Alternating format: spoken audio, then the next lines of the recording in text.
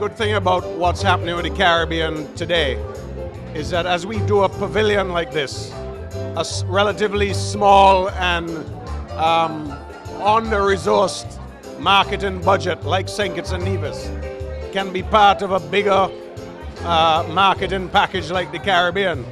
So we are here in the Caribbean village and you know, we have scheduled meetings with tour operators, travel agents, and generally getting up to date with what's happening in the UK travel market.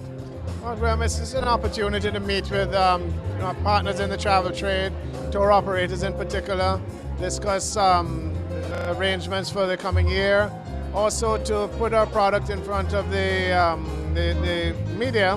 Travel media will meet with them, explain to them the developments that have taken place. Jamaica's got several thousand new rooms, we've got a new airport, new infrastructure, new roads, to make the trade aware of all these developments.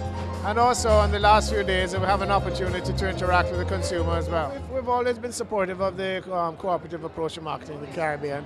The last 2 attempts that were made, we participated quite actively in those.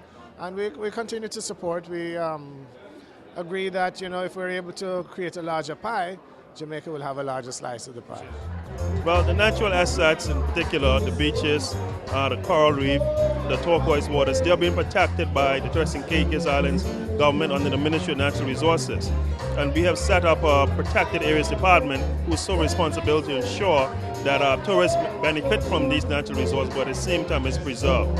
1/10 of the accommodation tax goes into a conservation fund, and from that, money is given out in form of grant to different local community groups for projects purpose to preserve the natural environment. We have one where we had a reef cleaning exercise with Tanya Street many years ago, and we have other baseline studies to determine the healthiness of the natural resources, the coral reef, and we are working with a Carnival Corporation and our developers to ensure that tourists know what to do and what not to do when they're interacting with our natural resources. The government feels that tourism must be the thrust of our economic development. Actually, our economy is just coming out of a period of austerity between the 2001-2002 period. So we have taken a deliberate step to make tourism the driving force of the new economy, because before we depended heavily on agriculture and on bananas export to the UK. And now that we have lost all our preferential treatments on the market because the market is opening up now, we really cannot fight the competition from Latin America. And so we have turned to tourism, and we have turned to specifically ecotourism, because Dominica is so unspoilt. Dominica is so unlike the other islands of the Caribbean, unlike the sun, sea and white sand of Barbados or Antigua.